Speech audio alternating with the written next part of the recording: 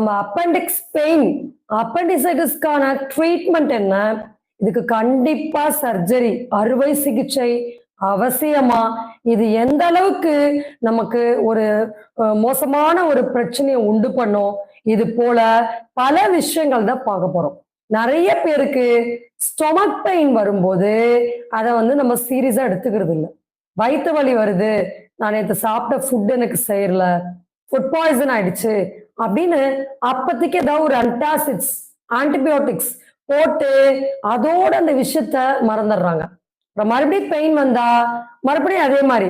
அப்பதைக்கு ஏதாவது ஒரு டேப்லெட்ஸ் இன்னும் ஓவர் த கவுண்டர் மெடிகேஷன்ஸ் கூட யூஸ் பண்ணிடுறாங்க.